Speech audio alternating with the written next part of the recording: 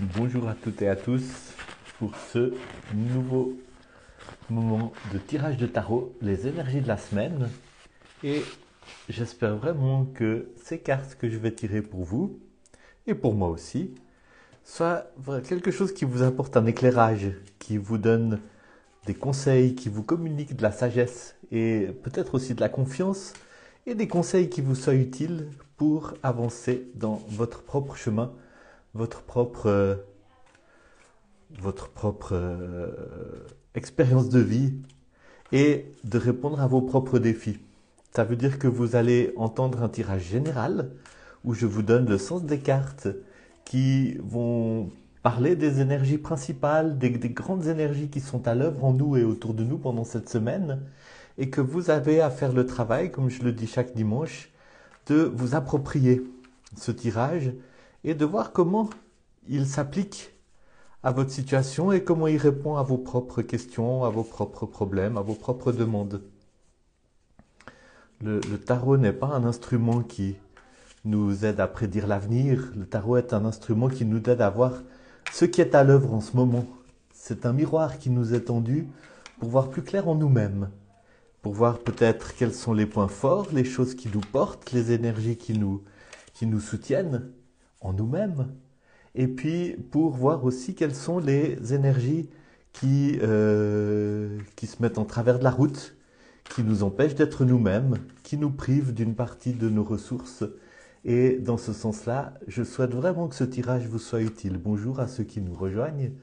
Très très heureux de vous avoir là en direct. Et bonjour aussi à tous ceux qui vont écouter cette vidéo en différé sur Instagram ou sur Facebook ou sur YouTube. On est en train en ce moment, je vous parle un peu pendant que je bats les cartes, on est en train en ce moment de finir le cours de tarot avec une volée la deuxième volée d'élèves qui suit ce cours. C'est vraiment intéressant. On arrive à la 5e leçon, donc on a fini de faire le tour des arcanes mineurs, des arcanes majeures et des figures. Et puis on est en train de regarder les principes de tirage et pendant cette leçon et la suivante, la 6e et la 7e leçon, nous allons nous entraîner ensemble à tirer sous supervision, c'est-à-dire que par paire, les participantes et les participants vont faire des tirages les uns pour les autres et je leur donnerai mon feedback par rapport à ces tirages parce que c'est comme ça qu'on apprend, c'est comme ça qu'on s'entraîne. Donc, j'arrive au bout de mon travail. Je vous invite aussi à prendre un petit moment pendant que je finis de battre les cartes pour vous centrer, pour respirer, pour sentir qu'est-ce qu'il y a en ce moment qui vous préoccupe, qui vous habite. Bonjour à celles et ceux qui nous rejoignent. Quelles sont les préoccupations qui vous habitent? Rendez-vous disponible. Rendez-vous disponible aux messages qui vont retentir. Et puis, si vous voulez me rendre service, partagez cette vidéo, parlez-en. Et je vous invite aussi à vous inscrire sur mon site internet arcane5.com. ARCANE, le chiffre 5.com. Et qui sait, peut-être pourrez-vous gagner un tirage personnel qui est tiré au sort chaque mois. Et voilà, je coupe. Et je tire la première carte, toujours avec le jeu de Rider-Waite qui m'inspire en ce moment. Première carte pour les énergies principales à l'œuvre autour de nous. Le roi de denier. Le denier, c'est la couleur de la terre, c'est l'enracinement, c'est tout ce qui parle de notre existence terrestre. La santé, la maison, les finances, la profession, dans le sens de la profession qui nous confère un statut puis un revenu financier régulier. Le business, pas dans le sens de l'entreprise et du projet, mais dans le sens de nouveau de cet enracinement. Le roi, c'est le personnage qui a vraiment acquis la maîtrise de sa couleur. Vous savez que chaque couleur du tarot, le denier pour la terre, la coupe pour l'eau, le bâton pour le feu, l'épée pour l'air, chaque couleurs du tarot nous parlent d'un élément important de notre existence terrestre dans lequel il y a un chemin à parcourir et une leçon à recevoir. Je prends quelques exemples. Par exemple, l'épée, l'élément air, le mental. Eh bien, tout le chemin d'apprentissage dans notre existence va être d'apprendre à ne pas nous laisser mener par le bout du nez par nos illusions, qui peuvent tellement être le fruit des pensées, de ne pas nous laisser mener par le bout du nez aussi par nos angoisses, par nos insomnies, par nos tourments, par tout ce que la pensée peut avoir de tourner en rond d'une manière automatique pour nous piéger dans toutes sortes d'erreurs. Et puis c'est aussi la parole, l'épée, donc de ne pas entrer dans ces paroles qui nous éloignent finalement de la réalité. Ou de la parole aussi qui blesse parce qu'elle condamne, parce qu'elle provoque, parce qu'elle accable, parce qu'elle juge. Et tout l'enjeu du chemin avec les épées, c'est de trouver l'accès à l'espace de silence intérieur, à la paix intérieure, d'où pourra naître une parole juste et une pensée juste. De même, le chemin des coupes. La coupe, c'est l'émotion, c'est la relation, etc. Eh bien, ça va être d'accéder à un équilibre émotionnel où j'accueille mes émotions et à partir de cet équilibre émotionnel, je construis des relations riches, saines, de partenariat fertile, fécond avec autrui, au lieu d'être dans ce combat avec les émotions qui me conduit dans l'addiction, qui me conduit dans la répression des émotions, qui me conduit dans des relations chaotiques, etc. Le chemin du bâton, le feu, c'est de trouver comment canaliser ces énergies fortes qui naissent en moi et qui me poussent dans des projets, comment canaliser ces énergies pour ne pas partir dans tous les sens, mais agir sur Terre d'une manière qui vraiment manifeste ma vocation terrestre, céleste, qui manifeste qu'est-ce qu'il y a au plus profond de moi. Et je viens au denier, la leçon du denier, c'est de ne pas se laisser fasciner, absorber, phagocyter par les richesses matérielles, le besoin de sécurité, les préoccupations pour la santé, mais d'arriver à un profond équilibre où je suis profondément à l'aise avec le pognon, avec ma santé, la manière dont je m'occupe de mon propre corps, même si j'ai des problèmes de santé. Moi, j'en ai. Et chacun de nous, à un moment donné, va en avoir, y compris quand nous allons devenir vieux et vieilles. Mais d'avoir cette liberté par rapport à la dimension matérielle, d'être bien dans son corps, bien dans sa maison, bien dans sa gestion des finances, bien dans sa sécurité matérielle de toutes les manières possibles, de manière à faire de ça un socle sur lequel je vais construire, une dimension spirituelle. C'est de faire du matériel l'occasion d'une manifestation de quelque chose de spirituel. C'est le fait d'avoir travaillé dur pour être assez à l'aise financièrement pour pouvoir se former et de mettre de l'argent pour se former dans des domaines qui nous tiennent à cœur, par exemple. Ça peut être d'avoir assez de compétences pour pouvoir les mettre au service des autres.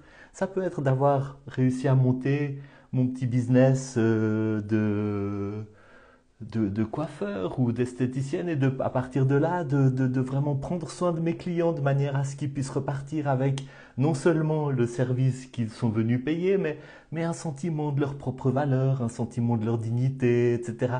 Donc vous voyez, c'est utiliser le matériel pour le transmuter et faire cette transmutation alchimique où le matériel donne naissance à quelque chose de spirituel. Donc je reviens, c'est une longue digression pour dire que le roi de bâton, c'est celui qui a compris ça. C'est celui qui a vraiment compris l'importance du matériel et qui est capable de s'y investir et de se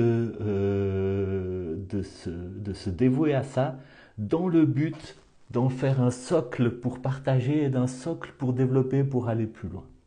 Et dans le sens peut-être inverse, l'avertissement du roi de bâton, c'est de ne pas se laisser enfermer par le matériel, de ne pas se laisser limiter par le matériel, de ne pas entrer dans cette mentalité où je ne vois que l'argent, la sécurité, la santé, etc. et où je me laisse enfermer par ces dimensions et où je ne considère pas le reste. Le roi de bâton vous invite à vraiment être complètement à l'aise avec les dimensions matérielles pour en faire l'occasion de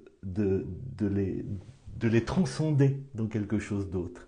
Qu'est-ce qu'il y a dans votre vie maintenant qui est solide, qui est en place et qui vous permet peut-être d'envisager quelque chose de nouveau, de passer à une nouvelle étape, d'injecter une dimension spirituelle dans ce que vous vivez qui est stable, qui est solide, qui est formidable. Voilà le roi de bâton, très à l'aise dans sa manière d'habiter le monde, ses possessions, son corps, sa maison, son travail. Quelle est l'énergie sous-jacente à ce roi de bâton? Quelle est l'énergie sous-jacente à ce bon gestionnaire qui va se servir de ses atouts pour aller plus loin? Un arcane majeur, le grand arcane majeur, le monde, qui parle d'accomplissement. Et je pense que ça nous rappelle le tirage de la semaine dernière qui parlait d'une étape qui se terminait pour passer à quelque chose de nouveau, avec une dimension très forte de guérison, d'apaisement et de nouvelles potentialités. Je pense que ce roi de bâton, il a vraiment fait le tour du problème, il a vraiment passé par un long parcours de vie où il a affronté toutes sortes de difficultés, où il a eu des leçons, et c'est pas anodin que je vous ai rappelé les leçons de chacun des éléments, les leçons de vie que nous sommes appelés à apprendre avec les émotions, avec l'eau, avec les projets, l'énergie vitale, la créativité, le feu, avec le mental, la parole, l'épée, et puis finalement avec ce roi de bâton, avec les possessions. Le monde, c'est une carte qui dit vous avez derrière vous un long chemin de vie, où vous avez beaucoup appris de choses, et c'est un chemin qui a été un chemin initiatique. C'est un chemin qui a fait de vous la personne que vous êtes aujourd'hui, avec une dimension d'intégrité, avec une dimension d'avoir beaucoup appris, d'avoir beaucoup reçu. Et je pense que ça peut vous parler, même si vous êtes jeune. Il n'y a pas que des personnes qui sont comme moi dans la dernière partie de leur existence, dans le dernier tiers de leur existence. Moi, j'ai bientôt 60 ans. Mais quel que soit le parcours, c'est aussi quelque chose qui peut concerner une personne jeune. Il y a déjà des leçons de vie qui vous ont été données. Et ces leçons de vie ont fait de vous la personne que vous êtes maintenant. Une personne qui est appelée à être vraiment intègre, à tenir ensemble toutes ces dimensions.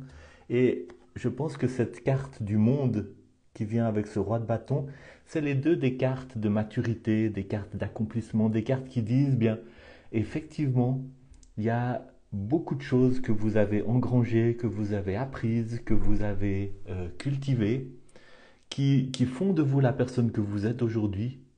Et avec ça, réfléchissez à qu'est-ce que vous pouvez investir, qu'est-ce que vous pouvez transcender, qu'est-ce que vous pouvez maintenant transmuter dans une nouvelle dimension. Parce que vous avez un très très solide capital qui vous permet d'aller avec beaucoup de confiance dans quelque chose où vous savez déjà un petit peu qu'est-ce que c'est. Vous avez déjà une idée de quoi il s'agit. Vous avez déjà une aspiration, une intuition de ce qui vous appelle. Cette carte vous dit, ayez de la confiance par rapport à tout ce qui s'est construit en vous, par rapport à tout le chemin que vous avez fait, qui vous donne beaucoup d'atouts, beaucoup d'assurance, beaucoup d'autorité pour entrer dans cette nouvelle étape qui vous attend. Et voyons quelle est cette nouvelle étape en tirant la carte qui est sous le paquet, qui est le 8 de coupe. Vous voyez cette carte du 8 de coupe? C'est là que le Rider-Waite est intéressant parce qu'il illustre la symbolique des chiffres. Le 8 est une carte qui parle d'un long parcours qui a été accompli, d'un nouvel équilibre qui se trouve et en même temps d'arriver à la fin d'un voyage. Et cette carte du 8 de coupe, elle est empreinte d'une certaine mélancolie, mais d'une mélancolie très paisible. C'est-à-dire le 8 de coupe, traditionnellement, c'est pas seulement une carte qui parle d'accomplissement émotionnel, c'est une carte qui parle d'avoir atteint cette maturité émotionnelle qui vous permet de faire le point sur votre vie émotionnelle et peut-être sur votre vie relationnelle et de tourner le dos à certaines choses qui sont terminées, certaines choses qui vous pompaient votre énergie au niveau émotionnel, certaines relations qui ont eu leur place dans votre vie jusqu'à maintenant, mais qui maintenant arrivent à un terme. C'est le moment de tourner le dos aussi à certaines déceptions, à certaines choses qui vous ont beaucoup euh, causé d'émotions douloureuses, de tristesse, de regret, peut-être de honte, peut-être de... C'est une carte qui dit c'est le moment de tourner le dos à ces choses euh, qui vous ont vraiment plongé dans des émotions difficiles. C'est le moment de tourner le dos à la tristesse, de tourner le dos à la dépendance, de tourner le dos à la codépendance, de tourner le dos à ce qui vous pompe votre énergie émotionnelle et de partir vers ces nouveaux horizons dont les deux cartes précédentes donnaient l'indication et vous invitaient à faire. Et ce personnage qui tourne le dos à ces 8 coupes, il se dirige effectivement dans un chemin nouveau où l'intuition aura sa place, symbolisée par la lune, où la spiritualité aura sa place, symbolisée par la lune, où vous serez à même de vivre beaucoup plus en accord avec vos rythmes, avec vos besoins, avec vos forces et avec vos faiblesses, avec vos cycles, euh, dans une dimension qui va vers le mystère beaucoup plus que vers les certitudes, qui va vers les dimensions de spiritualité ou d'intériorité, beaucoup plus que vers l'explosion sur Terre de projets très grandioses, etc. Donc voilà le résumé de ce tirage du dimanche.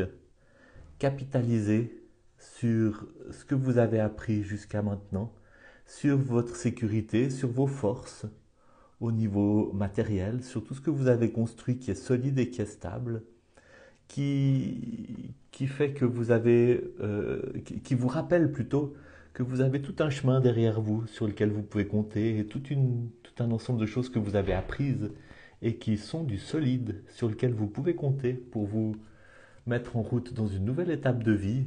Et cette nouvelle étape de vie est caractérisée par la liberté de tourner le dos à des choses qui vous ont privé de votre énergie, à des choses qui vous ont revendiqué, à des choses qui vous ont absorbé, qui vous ont peut-être aussi conduit dans certaines formes de dépendance pour étouffer la souffrance, pour étouffer la tristesse. C'est le moment de tourner le dos pour passer à une nouvelle étape, pour vous diriger vers de nouveaux horizons, marqués par une dimension de spiritualité et d'intuition. Merci beaucoup d'avoir écouté ce tirage des énergies de la semaine et je vous donne rendez-vous dimanche prochain.